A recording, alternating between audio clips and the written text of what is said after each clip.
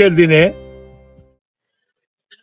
2099 সালে সম্ভবত, আমি এক্স্যাক্টলি ইয়ারটা আমি ঠিক রিকালেক্ট করতে পারছি না, তো সম্ভবত 2099 সালে আজকের দিনে আমরা কার্গিল যুদ্ধে জয়লাভ করেছি। তখন ভারতবর্ষের প্রধানমন্ত্রী ছিলেন অটল বিহারী বাজপেয়ী। সেই কার্গিল দিবস জয় করেছি কার বিরুদ্ধে? ভারতের চিরশত্রু পাকিস্তানের বিরুদ্ধে। এবং পাকিস্তান বরাবরই ভারত বিরোধী।